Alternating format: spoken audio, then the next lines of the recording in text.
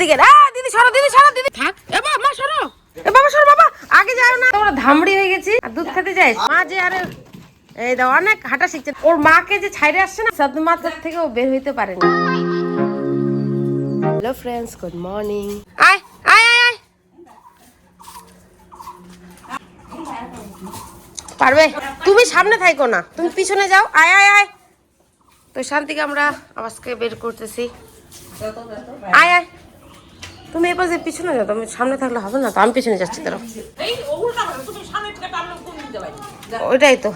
সামনে তো মাই দাঁড়ায় আছে সরে যাও দিদি আমি কোন দিকে ভাগবো তার ঠিক নাই এদিকে দিদি সরো দিদি সরো দিদি সরো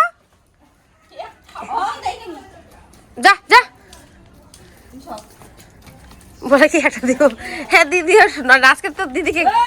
এই যে নাচে ওর নাচেই তো ওর সামনে থাকা যাবে না এই দেখ এদিকে আয় আয় এই যে গাছটার মধ্যে বাঁধে আর বেশি দূরে নিয়ে যাও না যা খিদা পাইছে না যা যা চল চল খাইতে দিব তো তোকে এখানে দিব চল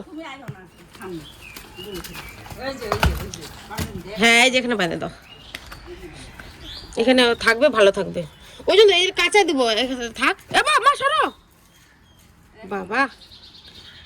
এর কোনো ভরসা আমি একদম পাই না ওই দিনকার পর থেকে যে হারে তোমাকে উল্টায় দিছিল হ্যাঁ এখানে থাক কোনো আগালো পাবে না ছোট্ট করে বাঁধে দাও একটু মাকে দেখে করতেছে মজা পাইছিল গুতা দিয়ে দেখো কেমন করে দেখে লাগে শান্তশিষ্ট হ্যাঁ সিংহের সামনে আসলে মাথা খারাপ হয়ে যায় পরে কাঁচাই দিলে না এখানে আরেকটা খুঁটি গাললে লালটাকেও এখানে রাখা বাচ্চা দেওয়ার পর না দিদি বলো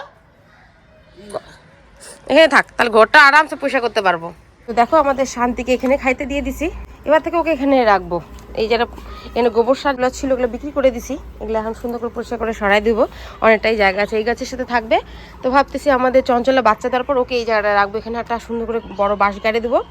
সব বাইরে থাকলে কি ঘরটা পরিষ্কার থাকে পরে বিকালবেলা ঢুকাই দিব ভালো হবে আর আমাদের এখন গোবর রাখা হচ্ছে অন্য জায়গায় ওই যে পাশে দেওয়ালের সাইডে এই যে ফেলা শুরু ফেলবি না একদম কিন্তু এখান থেকে উঠাই দিব না ভালো করে খাবি পরিষ্কার করে এই জন্য তো বার করতে লাগবে ওকে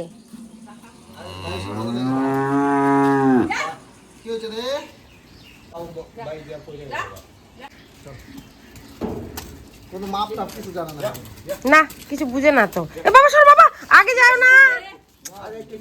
না না কিছু কইব না তো মা যে আরে এই দাও অনেক হাঁটা শিখছে দেখছো বার করে করে বাবা বলছে কিছু কইব না একেবারে এমনই কইব হ্যাঁ ই মা এই জন্য বলে কি বেড টের করে এই মা তাকে কি করে গাভিন করাবো গো বাপি এই এখন ওর দুধ খাইতে যায় যে দেখ তো এত বড় ধামড়ি হয়ে গেছিস আর দুধ খেতে যাস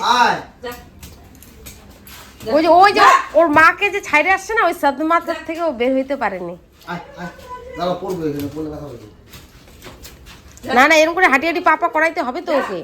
নাহলে ভর্তি হওয়ার পরে যদি ঢাপাস ঢুপুস পড়লো তাহলে তো কোনো রক্ষা থাকবে না আর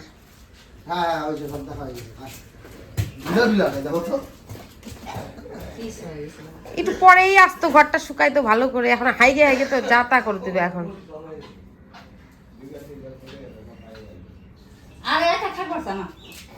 কি চিল্লা বুঝলা যে গিয়ে সামনে দাঁড়াই চুপ আবার যে সরে আসি আবার চিল্লাই কোথায় যে নিয়ে গেছিল আমাকে কোথা থেকে যে নিয়ে আসলো হ্যাঁ তোর মা তো এটা চাটুন চাটুন দে হ্যাঁ রে